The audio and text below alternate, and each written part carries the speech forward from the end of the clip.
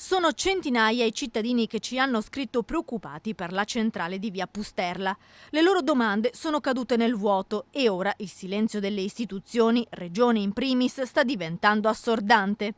I dubbi permangono, quindi almeno noi cerchiamo di fare chiarezza con gli elementi di cui siamo entrati in possesso.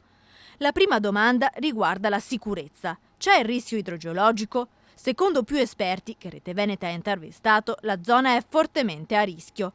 Per il tecnico di Fama Internazionale, Giampaolo Droli, una volta iniziati gli scavi, le basi delle strutture di via Pusterla potrebbero cedere.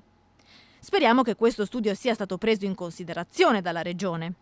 E se dovesse arrivare una piena del Brenta? Italia Nostra ha dimostrato come storicamente la zona sia andata sott'acqua più volte con danni ingenti.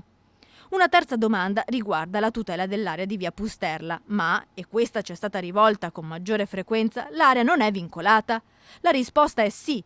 C'è un decreto ministeriale che fa rientrare la zona nell'area del ponte di Bassano tutelata dalle belle arti. Nessuno potrebbe toccarla.